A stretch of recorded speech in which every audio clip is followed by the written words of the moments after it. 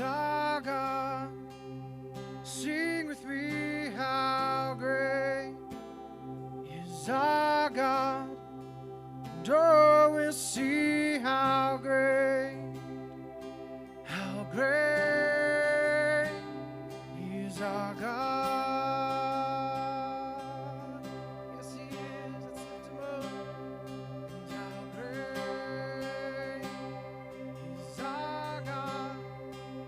Sing with me, how great is our God. And oh, we'll see how great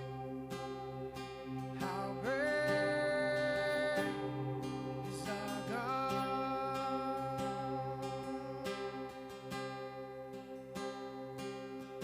The splendor of the King is clothed in majesty.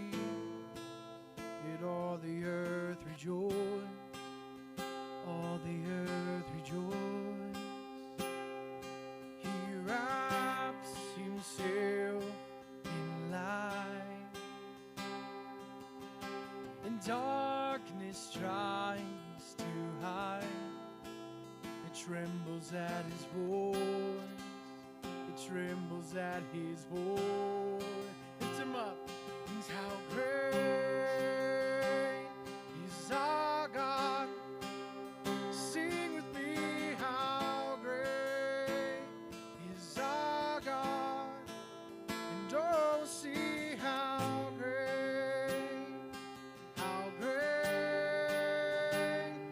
is our God.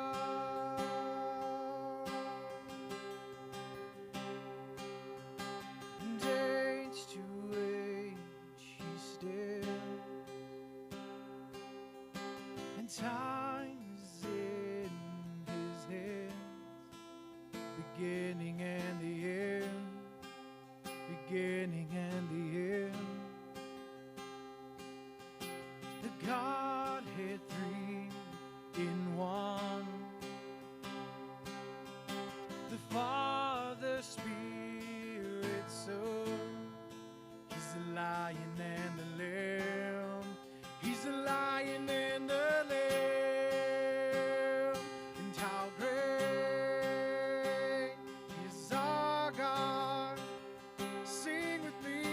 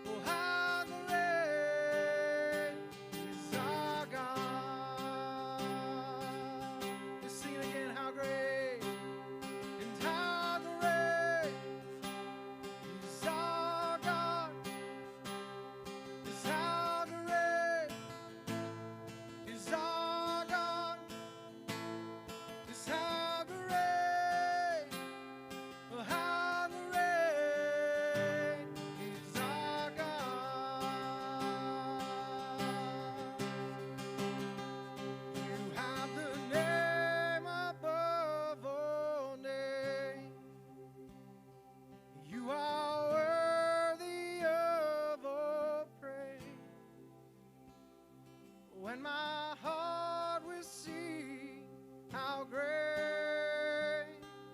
are you, God. You're so great, you're so wonderful.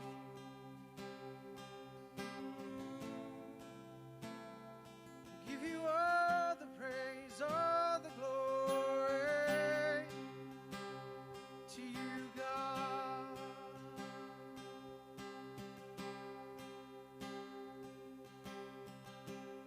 Let's sing the name one more time. You have the name above all names. Yes, you are worthy of all praise, and my heart will sing how great is our God.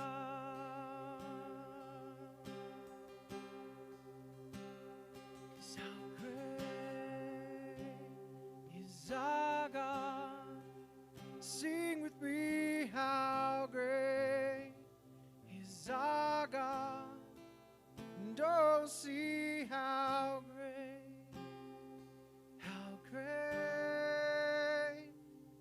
is our God.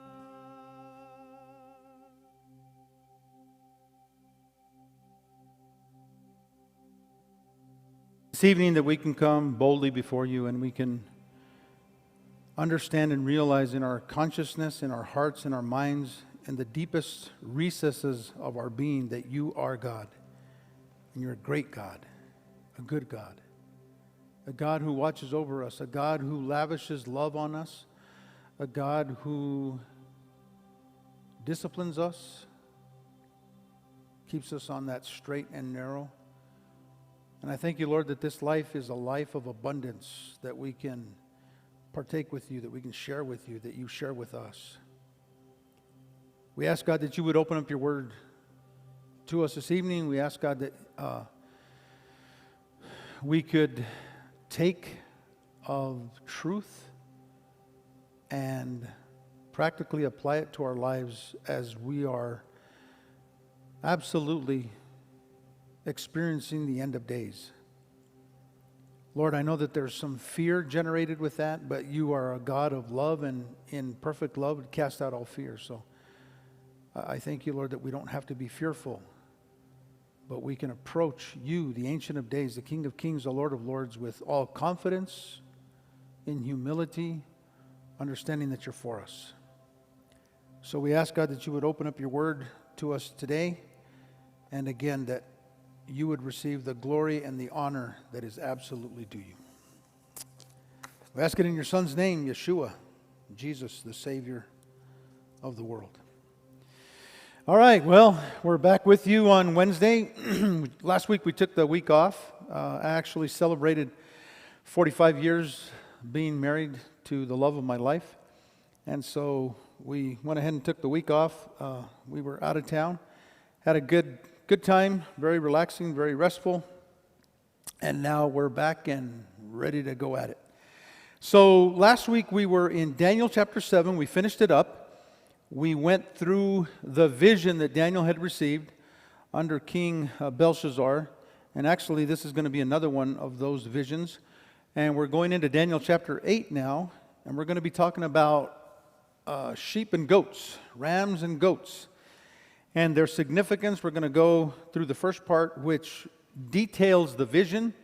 And then we're going to go into the second part, which actually interprets the vision. So what I want to do is I want to read through the entire account. And I want to read it out of the New Living Translation. There are translations that I think that are probably more accurate. But when we go into the Old Testament, I think sometimes because of the literalness of the translation, it's difficult to pick up the meaning and just really the intent of what's being communicated. Sometimes we get lost in the verbiage and in the actual language. So I'm going to read it out of the New Living Translation. But I suggest that if you do use the New Living Translation, always have like an English Standard Version, New American Standard Version, New King James, something there that is more true to the original text. along with the New Living Translation that gives us a little bit more of a feel for what the communication is. All right, so I'm going to start in Daniel chapter 8. I'm going to read through the entire chapter, and then we're going to go back and we're going to take it apart. So Daniel chapter 8, verse 1. During the 3rd year of King Belshazzar's reign, I, Daniel, saw another vision, following the one I had already appeared to me. In this vision, I was at the fortress of Susa, in the province of Elam, standing beside the Ulai River. As I looked up, I saw a ram with 2 long horns standing beside the river. One of the horns was longer than the other, even though it had grown later than the other one. The ram butted everything out of its way to the west, to the north, and to the south, and no one could stand against him or help his victims. He did as he pleased and became very great. While I was watching, suddenly a male goat appeared from the west, crossing the land so swiftly that he didn't even touch the ground. This goat, which had one very large horn between its eyes, headed toward the 2-horned ram that I had seen standing beside the river, rushing at him in a rage. The goat charged furiously at the ram and struck him, breaking off both of his horns. Now the ram was helpless, and the goat knocked him down and trampled him. No one could rescue the ram from the goat's power. The goat became very powerful, but at the height of its power, his large horn was broken off. In the large horn's place grew 4 prominent horns, pointing in the 4 directions of the earth. Then from one of the prominent horns came a small horn whose power was very great. It extended toward the south and the east and toward the glorious land of Israel. Its power reached to the heavens, where it attacked the heavenly army, throwing some of the heavenly beings and some of the stars to the ground and trampling them. It even challenged the commander of heaven's army by canceling the daily sacrifices offered to him and by destroying his temple. The army of heaven was restrained from responding to this rebellion, so the daily sacrifice was halted and truth was overthrown. The horn succeeded in everything it did. Then I heard 2 holy ones talking to each other. One of them asked, "How long will the events of this vision last? And how long will the rebellion that causes desecration stop the daily sacrifices? How long will the temple and heaven's army be trampled on?" The other replied, "It will take 2,300 evenings and mornings. Then the temple will be made right again." As I, Daniel, was trying to understand the meaning of this vision, someone who looked like a man stood in front of me. And I heard a human voice calling out from the Ulai River, "Gabriel, tell this man the meaning of his vision." As Gabriel approached the place where I was standing, I became so terrified that I fell with my face to the ground. "Son of man," he said, "you must understand that the events you have seen in your vision relate to the time of the end." While he was speaking, I fainted and lay there with my face to the ground, but Gabriel roused me with a touch and helped me to my feet. Then he said, "I'm here to tell you what will happen later in the time of wrath. What you have seen pertains to the very end of time. The 2-horned ram represents the king of Media and Persia. The shaggy male goat represents the king of Greece. And the large horn between his eyes represents the first king of the Greek Empire. The 4 prominent horns that replace the one large horn show that the Greek Empire will break into 4 kingdoms, but not as great as the first. At the end of their rule, when their sin is at its height, a fierce king, a master of intrigue, will rise also to power. He will become very strong, but not by his own power. He will cause a shocking amount of destruction and succeed in everything that he does. He will destroy powerful leaders and devastate the holy body. He will be a master of deception and will become arrogant. He will destroy many without warning. He will even take on the prince of princes in battle, but he will be broken, though not by human power. This vision about the 2,300 evenings and mornings is true, but none of these things will happen for a long time, so keep this vision a secret." Then I, Daniel, was overcome and lay sick for several days. Afterward, I got up, performed my duties for the king, but I was greatly troubled by the vision and could not understand it. That's one thing about Daniel is he's given us these visions. He's very, very frank, forthright about what he can and cannot understand. And this is one of the things that really puzzles and perplexes him. So it's amazing that God, in His sovereignty and His foreknowledge, has appointed these two angels to be able to explain these things to Daniel. One thing I want to go back to is verse 26 before we actually start in verse 1. Is verse 26 says, this vision about the 2,300 evenings and mornings is true. So the context that we're reading here in Daniel chapter 8 pertains to 2,300 evenings and mornings. So there's these 2,300 days that are specific to the scripture, to this particular chapter in Daniel. Now, some of the other numbers that we probably have heard of in the book of Daniel, in the book of Ezekiel, in the book of Revelation is time, times, and half a time, which most scholars will interpret that to be 3.5 years, or 1,260 days. Here we have a different set of numbers of 2,300, and as we get to that, we're going to be able to hopefully take it apart and see exactly what the vision is relating to those numbers, which is apart from the 3.5 years that we see so often mentioned in other parts. All right, so let's start with verse 1. During the 3rd year of King Belshazzar's reign, I, Daniel, saw another vision. So he's building upon the fact that in chapter 7 he had seen a vision. It's still under the same king, so it's still under Nebuchadnezzar's reign or under the reign of the Babylonians. We haven't seen a power change yet. And so Belshazzar, you'll remember, is the one in chapter 6 that saw the writing on the wall and actually was condemned to death that very night as he read those letters, Mene, Mene, Tekel, Perez. And so his time was limited, his time was numbered, and actually had been prophesied because he had been desecrating the temple implements and utensils that were taken from Jerusalem. They were actually getting drunk on the goblets that they were filling with wine. And so this was a direct communication to Belshazzar as he is being told that his kingdom is coming to an end. Now, we also know that the kingdom that succeeds that one is the Medes and the Persians. So this is the time frame in which Daniel is receiving this vision. He goes on, he says, in this vision I was at the fortress of Susa in the province of Elam, standing by the Ulai River. Okay, so just to kind of give you a little geography here, the present day country of Iran, toward the southern end that borders Saudi Arabia, this is pretty much where the setting is. This is where he's receiving this vision and where he's interpreting this thing from. He says, as I looked up, I saw a ram with 2 long horns standing beside the river. So this ram has 2 long horns. He says that one of it grows up later than the other, although the one that grows later and longer is more prominent, it's more powerful. We're going to see in the interpretation later on that this is actually referring to the kingdom of the Medes and the Persians.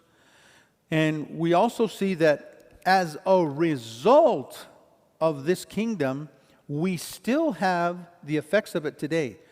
So we understand that in the Arab world, in the Muslim believing countries, that there are actually 3 strong branches or differences of opinion or differences of belief.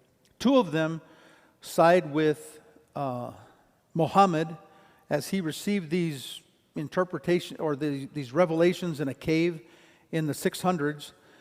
And he actually thought that when he received these revelations that he was going crazy. He thought he was actually having a breakdown and was going insane. He relayed those visions and revelations to his wife, and his wife convinced him that Allah, the great God of the Muslim world, was actually giving him these revelations, and he needed to write them down. And that's essentially where the Muslim nation started. So from there is a sect that believes that if you are not a direct descendant of Muhammad receiving these revelations from Allah, that you're not valid, you're not true. Those are the Shiites. Then the Sunni Muslims are the ones that believe that you can inherit the leadership basically of the country through what they call the caliphate as long as you were deemed worthy and you were one of the successors. And then the third branch are the Kurds. They are actually fighting hard to actually make themselves a nation, which would be Kurdistan. It's now the region of the Kurds. And they're the ones that have deviated somewhat from the teachings of Muhammad and have come up with kind of like their own. So we have the Shia, the Sunnis, and the Kurds. So, this is a direct result of this two-horned ram that had two horns. One of them was longer than the other. And so basically we have the two divisions now of the Shias and the Sunnis. One of the horns being more prominent. So if you'll look at the Arab world now, the Sunni Muslims are the ones that are predominant, and they are probably 70%, where the Shias are 30%. And then the Kurds are some percentage kind of lost in there. And we still have the effect of the Medes and the Persians to this day, is the point that I'm trying to bring across here. So, it said that one horn had grown later than the other one, and it was the predominant one. The ram butted everything, verse 4, out of its way to the west, to the north, and to the south. So basically, he's covering all of the bases. The only one that's not mentioned here is the east, and that's because that is where he is coming from, predominantly from the east, which would today be the nation of Iran, or the Persian rule in ancient times. It says that no one could stand against him or help his victims. He did as he pleased and became very great. So we see that even during the reign of these kings, Darius, Xerxes, Artaxerxes, Cyrus, under the Medes and the Persians, that the kingdom was absolutely prevalent. There was nobody who could come against them. And according to the vision here, in the immediate time, he actually did as he pleased, became very, very great.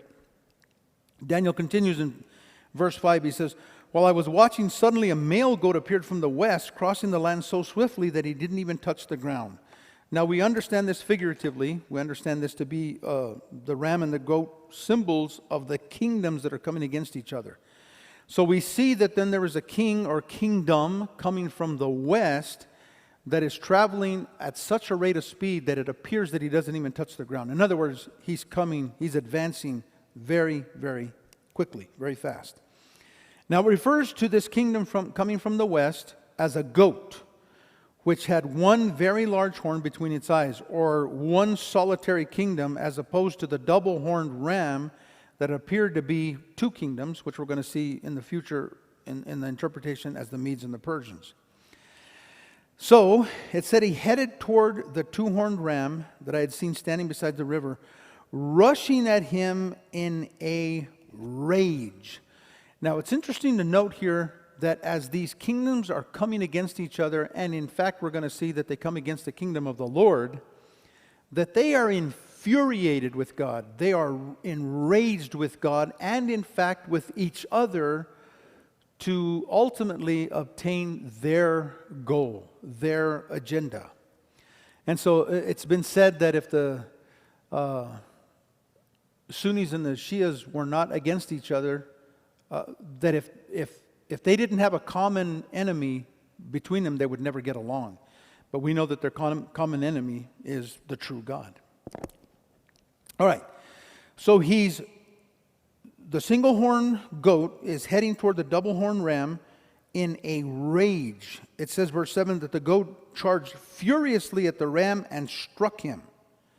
Now, this is figurative language, but we can see that as these two kingdoms were coming against each other, there is a huge battle going on. This is a furious time.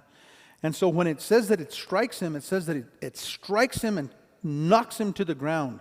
When it knocks him to the ground, it actually breaks off his horns. So it's a pretty vivid picture. It says that the ram then was helpless, and the goat knocked him down and trampled him. The goat knocked him down. No one could rescue him from the goat's great power. So we see here that there is this predominant power doing as he pleases until he's met from this power or kingdom from the west, which obviously doesn't even stand the goat from the east now, the ram doesn't even stand a chance. He goes on to describe the goat from the west. It says the goat became very powerful, but at the height of his power, his large horn was broken off. So he was the top dog on the block. He was the powerful principality. But then he gets knocked off. His horn is broken off. But from that place grows 4 prominent horns. Now we have to understand, as we were reading Daniel chapter 7, we saw that there was these 10 horns that were depicted. And then within those 10 horns, 3 of them were plucked out, and a small horn or little horn grew up out of them. We're basically getting the same story, the same picture in these visions from a different perspective, from a different angle. Now, I think that we're going to see in the interpretation that a lot of this in Daniel chapter 8 is historical, but it also has amazing future prophetic implications.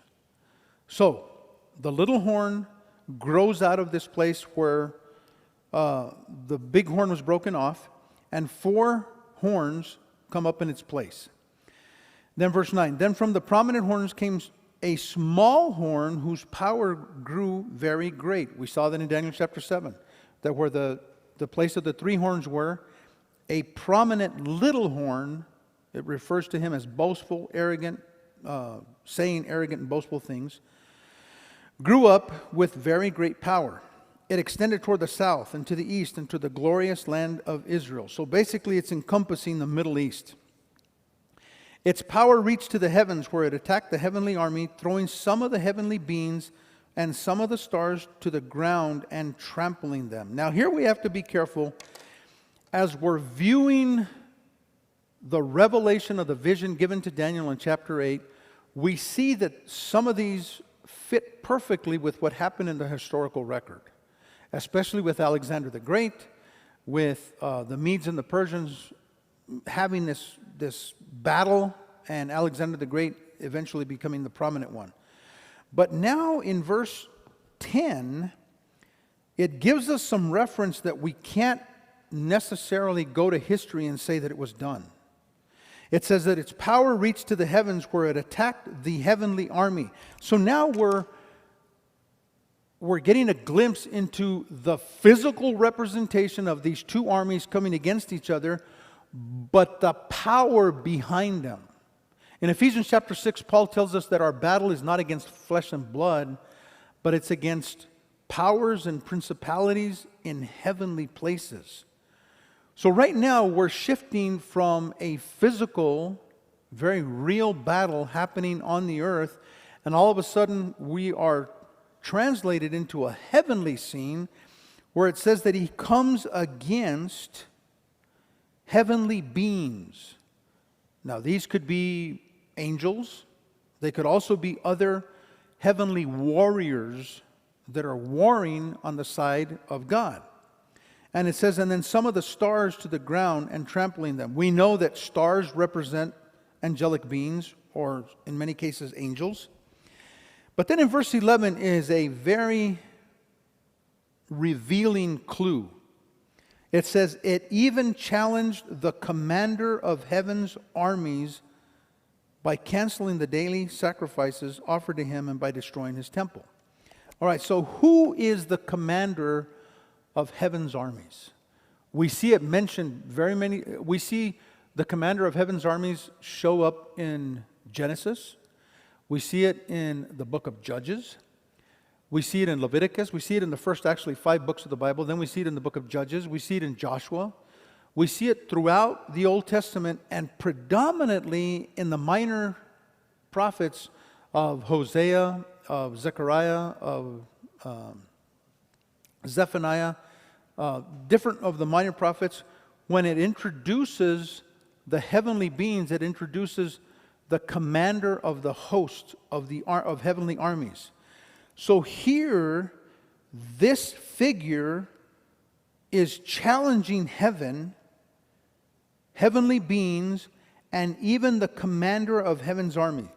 It's interesting to note that in the book of Genesis, when Abraham is met by these three heavenly beings, that we can, through different cross-references, understand that this is probably the commander of heaven's host.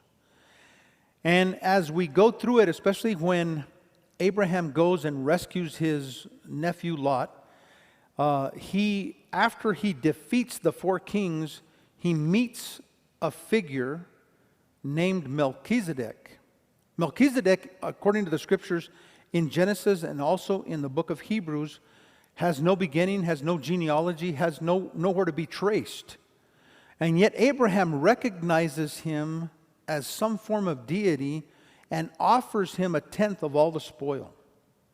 So we understand that there are manifestations of the Son of Man, namely Jesus Christ, in the Old Testament where men interact with him and he interacts with them. So the commander of heaven's army, I am convinced beyond the shadow of a doubt, is Jesus Christ, showing up in the Old Testament in different forms.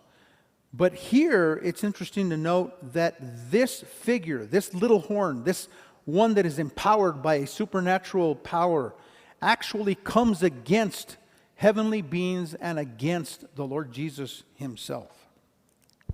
So, it says in verse 12, that the army of heaven was restrained from responding to this rebellion.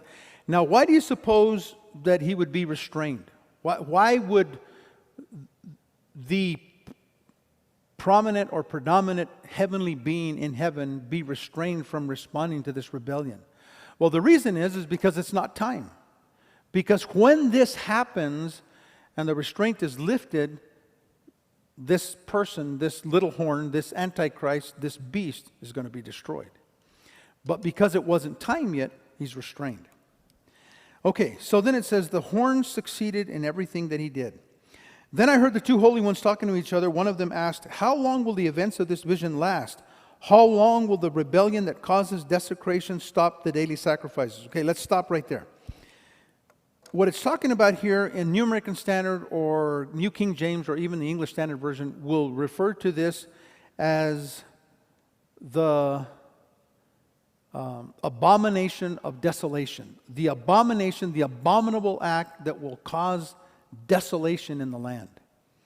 Here in New Living Translation, it says the rebellion that causes desecration. It's referring to the same thing.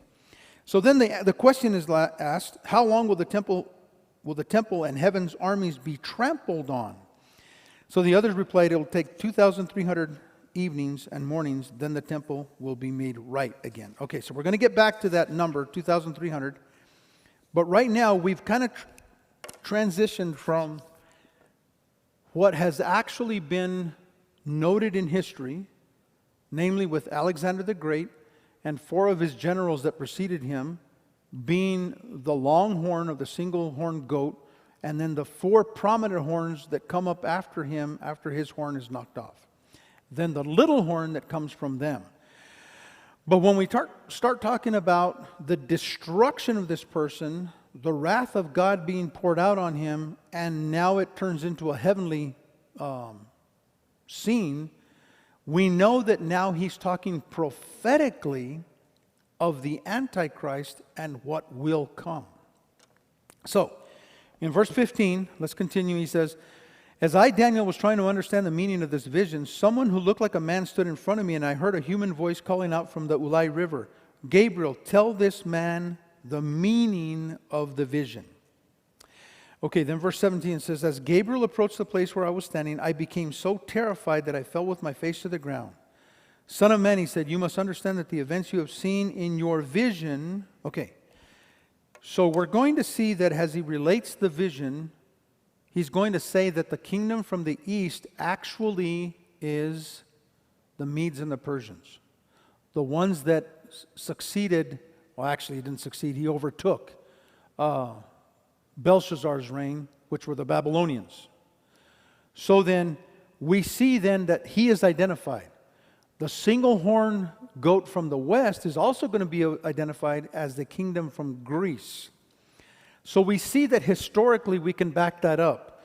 But now we get a glimpse into the vision of the revelation that there's not only that meaning, but the meaning of the time of the end. And honestly, it's the time that we're living in right now. Or the time that precedes the very final indignation. So he says this.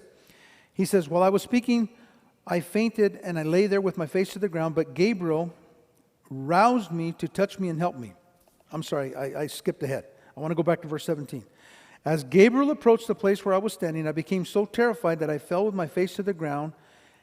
And then he said, Son of man, you must understand that the events you have seen in your vision relate to the time of the end. So we know that Alexander came and went, Alexander the Great. The Medes and the Persians came and went. Reference to the Antichrist that could very well fit a figure in the intertestamental period between the end of the Old Testament and the beginning of the New Testament, or some 400 years.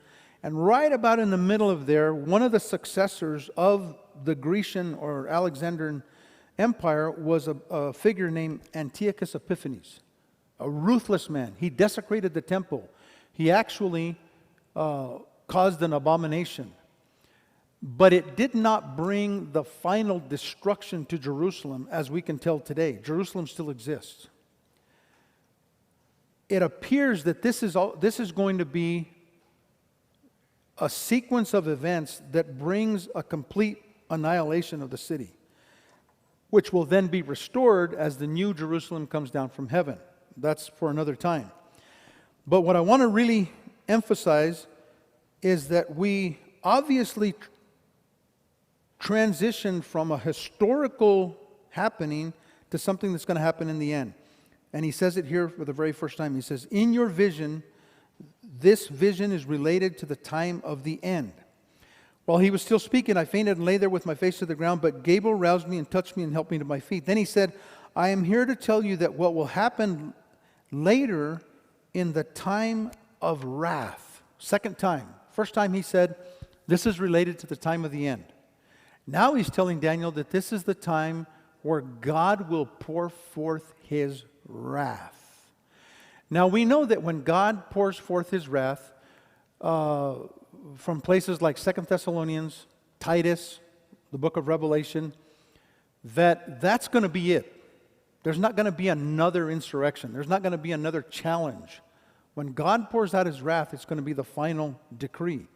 And we know that in the book of Revelation, that there's going to be 3 times of judgment. It's going to start with 7 seals being broken. And as a matter of fact, John is viewing this scroll that is rolled up, and it's sealed with seals. And he's weeping because he can't find anybody who can break the seals, because he knows that breaking the seals will put into action the events that will bring about the final judgment on this Antichrist figure. And then he views one that seems like he's been slain like a lamb, but also has the appearance of a lion. And we know that it's Jesus. It's the commander of the heavenly host. And he is found worthy to break the seals. So this is the first set of judgments that comes in the book of Revelation. Then we have 7 trumpets. And with every one of those trumpets comes a judgment. And then we have what is described the 7 bowls of wrath, of God's wrath. And so we know that when these 7 bowls are administered on the earth, it's going to be the finality of the reign of this Antichrist, or this little horn. All right, so the first time he says, take courage, this vision is related to the end. And then he says that what you see will happen later in the time of God's wrath, number 2. And then he says, what you have seen pertains to the very end of time. So if you read it in the New American Standard, it says the time of the final indignation. So we know that historically we've never seen those 3 things. We haven't seen the time of the end, we haven't seen the time of God's wrath being poured out on the earth, and we haven't seen the time of final indignation. So we understand that as we read the entire concept of what this is telling us is there's going to come a time, especially in Daniel chapter 9, we're going to see the definition of this times and a half, and in Daniel chapter 12, referring to this 7-year final period right before Antichrist is destroyed. That's a future event. That hasn't happened. Okay. He also says, then in verse 20 he says this, the two-horned ram represents the kings of Media and Persia. This had not happened yet. Babylon had not been taken over by the Medes and the Persians. That was going to happen during Belshazzar's reign. So we understand that in Daniel's interpretation of the vision, this is still future for Daniel. But I also believe that it has significance that as we are experiencing these last days, there very well could be a rise from present-day Iran, which is predominantly Shia, come up and boast its power. We know that it's very possible that they could be nuclear ready pretty soon. I know that the United States is trying to thwart that. But if they did get a hold of a nuclear capability, they would be that power that would butt to the east, to the west, to the north, the west, and the south. And then it goes on and it describes, it describes the Medes and the Persians, or the power coming from the east.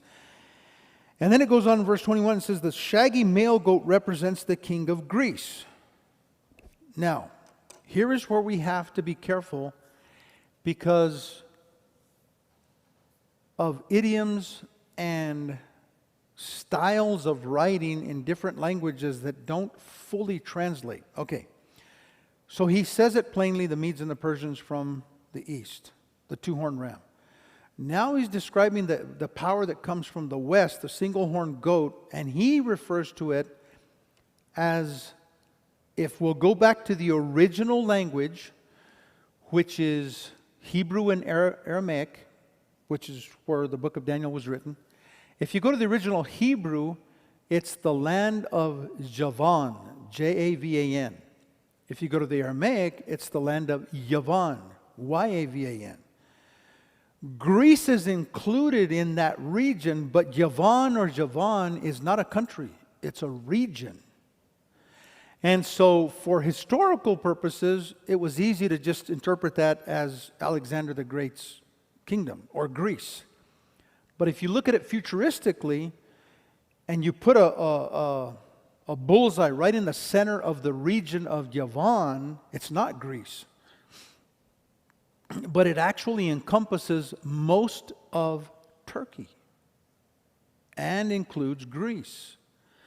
So if we go with the literal or translation of what this is, it's not Greece in particular. Greece is included, but it's a region which predominantly includes Turkey, which now gives it a whole different light that if this is futuristic, which I believe it is, then there could be a rise of power in present-day Iran with the Shias coming against, which would be the Sunnis, predominantly by Erdogan, now the president of Turkey.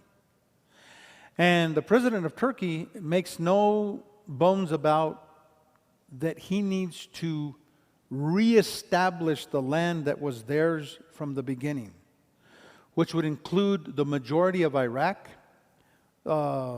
Jordan, Saudi Arabia, Syria. He really is on a campaign to get that back. But it's very plausible to see that in the nation of Iran, they also believe that that land is theirs. So if Iran, just give me a hypothetical scenario. If Iran were to get nuclear ready or powered, they would use that as a bargaining chip to acquire some of this land until Erdogan, or whoever his successor would be, would put the hammer down and then come against them. So it would fit also the two-horned ram being trampled down by the single-horned goat.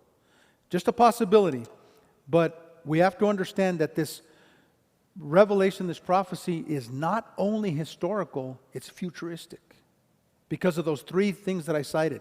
The time of the end, the time of God's great wrath, and the final indignation. Those are all future events. Okay. So then, let's go on. Verse 22 says, the four prominent horns that replace the one large horn show that the Greek Empire will break into four kingdoms, but none as great as the first. Again, let me just insert the word Yavon because that's the literal translation. The four prominent horns that replace the one large horn show that the region of Yavon Empire will break into four kingdoms, none as great as the first. Okay, then verse 23. At the end of their rule, when their sin is at its height, a fierce king, a master of intrigue, will rise to power. He will become very strong, but not by his own power. Now we know that this fits the Antichrist description to a T. He's talking about the Antichrist here. And says he will cause a shocking amount of destruction and succeed in everything that he does. He will destroy powerful leaders and devastate the holy place. He will be a master of deception and will become arrogant. He will destroy many without warning. He will even take on the prince of princesses in battle. Now, this is the interpretation given to Daniel. And when we first got the revelation given to Daniel, it said that he would even challenge the commander of the host of the commander of the host in heaven. Here in the interpretation, it says that he will even take on the prince of princesses. So the commander of the host, Jesus, the prince of princesses, Jesus. He'll even take on him. But then he says, but he will be broken, though not by human power. Okay, so we have to understand that this figure, this Antichrist figure, is going to meet his demise. We saw it in Daniel chapter 7. Now remember, I'm going to go back to Daniel chapter 7, verses 9 through 14. It says, I watched as thrones were put in place, and the Ancient One, God the Father, sat down to judge. His clothing was as white as snow, and his hair was purest wool. Remember, we read this last time, 2 weeks ago. He sat on a fiery throne. We went over the fiery throne. Wheels of blazing fire, and a river of fire was pouring out, flowing from his presence. Millions of angels ministered to him. Millions stood to attend him. Then the court began its sessions, and the books were opened. I continued to watch because I could hear the little horn's boastful speech, challenging heaven. I kept watching until the fourth beast was killed and its body was destroyed by fire. Now remember, we had four kingdoms in Daniel chapter 7. And the fourth one was this little horn that was arrogant and boastful things. But here, we're taken into the future and he meets his demise. It says, the fourth beast was killed and its body destroyed by fire. This is going back in reference to verse 25 where it says, he will be a master of deception, will become arrogant, and will destroy many without warning. And he will even take on the prince of princesses, but he will be broken. Daniel chapter 7. He is destroyed by fire. Daniel chapter 2. We have the statue of the image of the large statue. It says, during the reigns of those kings, verse 44 and 45, the God of heaven will set up a kingdom that will never be destroyed or conquered. It will crush all these kingdoms into nothingness, and it will stand forever. This is the rock cut out of the mountain, not with human hands, but by God. So the little king is destroyed, the Antichrist. Then Daniel chapter 9, verse 26 and 27. And we're going to get into this in the next study when we get into chapter 9. It says, after this period of 62 sets of sevens, the anointed one will be killed, appearing to have accomplished nothing, and a ruler will arise from those armies and will destroy the temple. Then the end will come with a flood, and war and its miseries are decreed from that time to the very end. The ruler will make a treaty with the people for the period of a set of sevens, but after half this time, or after 3.5 years, he will put an end to the sacrifices and offerings, and as a climax to his terrible deeds, he will set up a sacrilegious object that causes desecration until, this is the second time that the abomination of desolation is mentioned. He's going to mention it, one more time in chapter 12. He will set up a sacrilegious object that causes desecration until the fate decreed for this defiler is finally poured out on him. So again, we see his utter destruction. Then in Revelation chapter 19, he says this, verses 19 through 21. Then I saw the beast and the kings of the world and their armies gathered together to fight. Now this is a revelation given to John some 600 years after the revelation of Daniel. Against the one sitting on the horse and his army, and the beast was captured, and with him the false prophet who did mighty miracles on behalf of the beast, that deceived all who accepted the mark of the beast and who worshipped his statue. Both the beast and his false prophet were thrown alive into the fiery lake and burning sulfur, and their entire army was killed by the sharp sword that came from the mouth of the one riding the horse, the commander of heaven's armies, the prince of princesses. And the vultures all gorged themselves on the dead bodies. So we see that this one who is coming against in the vision given to Daniel in chapter 8 comes to his demise by someone who brings finality to his destruction, who brings finality to his defeat, who brings finality to his utter destruction. Okay, so then now, and we know that even though we as a church are probably going to face persecutions in the coming days, because this antichrist spirit, this humanistic spirit, is going to be coming against the godly ones, the saints, the Christians. But we know that eventually, even though we suffer for the Lord, the kingdom belongs to us.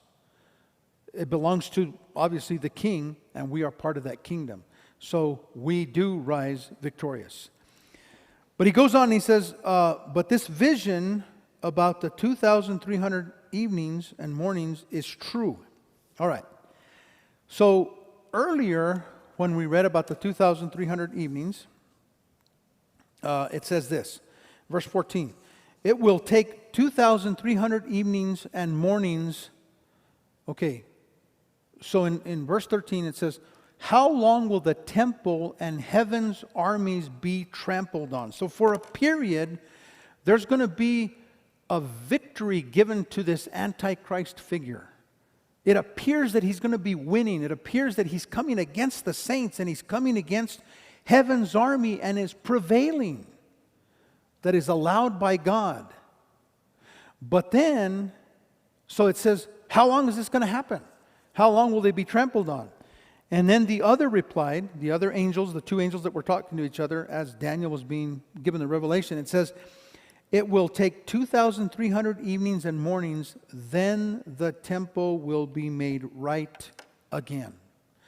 So we see a 7-year period, and in the middle of that 7-year period, it appears that Antichrist is going to reveal himself in all his antithetical glory. But prior to that, because if you take 2,300 years, it's 2,300 days, it's about 6 years and 3 months. So if the 7-year period starts with peace and tranquility, shortly thereafter, about 9 months into his reign, he's going to start showing his true colors by desecrating the temple and actually changing laws that come against God, the Most High, which will come probably to its full culmination at the end of 3.5 years.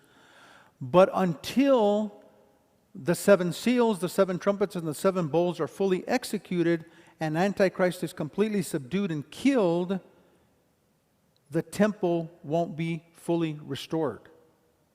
And we have to assume, since this is prophetic in the future, that a new temple is probably going to be built. And his reference here in the 2,300 evenings is from the time that starts to the time that the tribulation comes to a full end, the temple will then fully be restored, and that's what the reference of the 2,300 days is. Okay, then he said, then I, Daniel, was overcome, lay sick for several days, which I could imagine would happen to anybody who received a revelation like this. Afterwards, I got up and performed my duties for the king, but I was greatly troubled by the vision and could not understand it.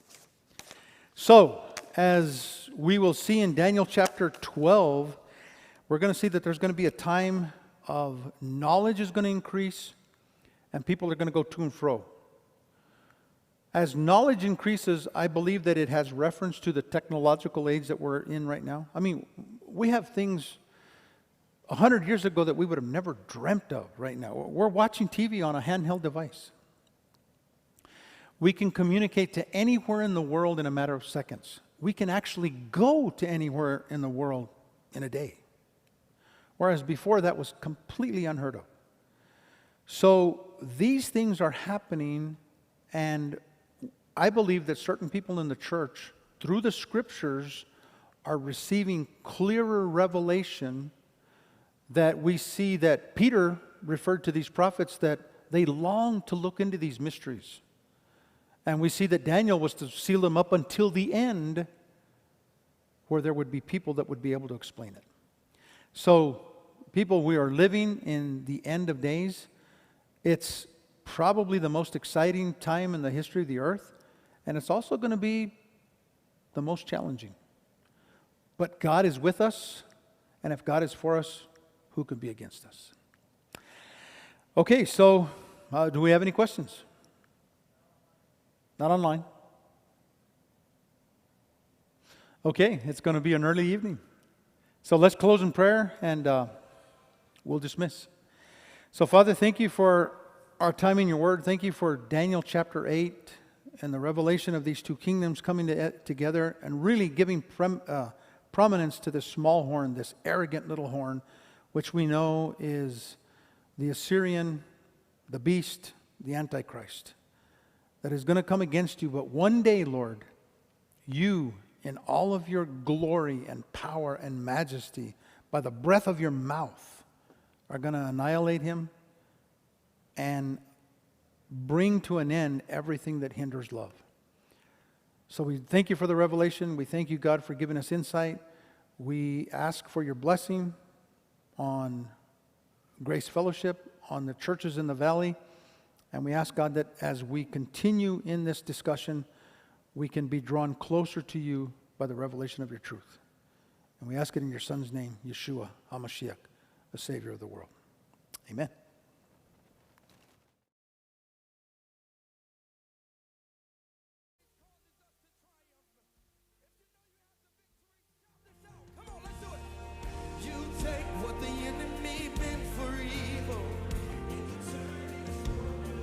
What you do, you turn it. Come on, elevation, shout it.